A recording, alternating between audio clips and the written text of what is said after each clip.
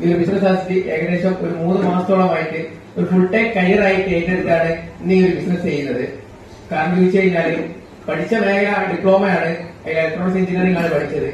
അതിനൊരു സ്കോപ്പും ഫ്യൂച്ചറും ഇന്ന് കേരളത്തിൽ ഇല്ല എന്ന് മനസ്സിലാക്കി.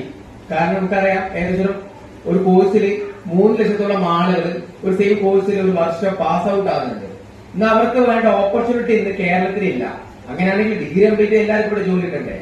നിങ്ങളുടെ നാട്ടിൽ എത്ര ആളുകളുണ്ട് ഡിഗ്രി കംപ്ലീറ്റ് ആക്കിയതിനു ശേഷം ജോലി കിട്ടിയ ആളുകൾ, ഒരു സ്റ്റേബിൾ ആയിട്ട് ഇൻകം കിട്ടിയ ആളുകൾ, ആ പഠിച്ച മേഖലയിൽ മുന്നോട്ട് പോയ ആളുകൾ എത്ര ആളുകളുണ്ട്? 99% ആളുകൾ ഇല്ല എന്നാണ് ഉത്തരമെങ്കിൽ നിങ്ങൾ ഈ ബിസിനസ് കേൾക്കാൻ തയ്യാറാണ്. കാരണം ഇവിടെ ആ സ്കോപ്പുള്ള ഇൻഡസ്ട്രിയാണ്, ഫ്യൂച്ചർ ഇൻഡസ്ട്രിയാണ്. നിങ്ങളുടെ ഫോൺ എടുക്കുക, അതിൽ ഗൂഗിളിൽ which is the future industry in 2025, 2025 വരാൻ പോകുന്ന ഇൻഡസ്ട്രി ഏതാണെന്ന് നിങ്ങൾ സെർച്ച് ചെയ്യുക. നിങ്ങളെ മക്കളെ കൊണ്ട് ഒന്ന് സെർച്ച് ചെയ്ത് നോക്കുക. അതിന് ഡയറക്ട് സെല്ലിംഗ് ഒരു കമ്മ്യൂണിറ്റി കോമേഴ്സ് ആണെങ്കിൽ അത് എന്തുകൊണ്ടാണ് വരുന്നത് നിങ്ങൾ സെർച്ച് ചെയ്ത് നോക്കുക. കാരണം അൺഎംപ്ലോയ്മെന്റ്, ഞാൻ പറഞ്ഞു ഇന്ത്യയിലെ 16% ആണ് അൺഎംപ്ലോയ്മെന്റ്, തൊഴിലില്ലായ്മ. ഏറ്റവും കൂടുതൽ അനുഭവിക്കുന്നത് പോസ്റ്റ് ഗ്രാജുവേറ്റ് ആളുകളാണ്. ബിരുദാനന്തര ബിരുദം നേടിയ ആൾക്ക് ഇന്ന് ജോലിയില്ല ഇന്ത്യയിലും കേരളത്തിലും.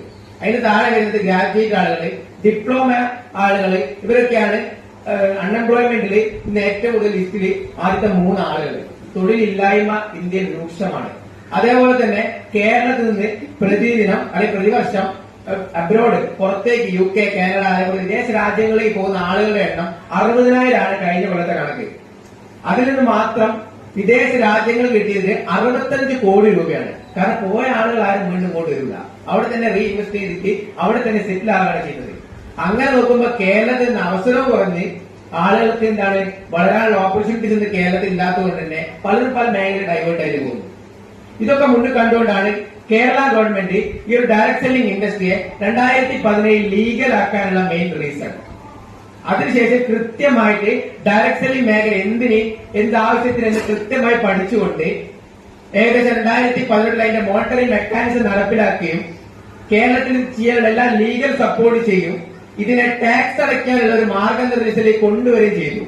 നമ്മൾ കൃത്യമായി ടാക്സ് അടച്ച എമൗണ്ട് ആണ് നമുക്ക് ഈ കമ്പനി കൂടെ കിട്ടുന്നത്.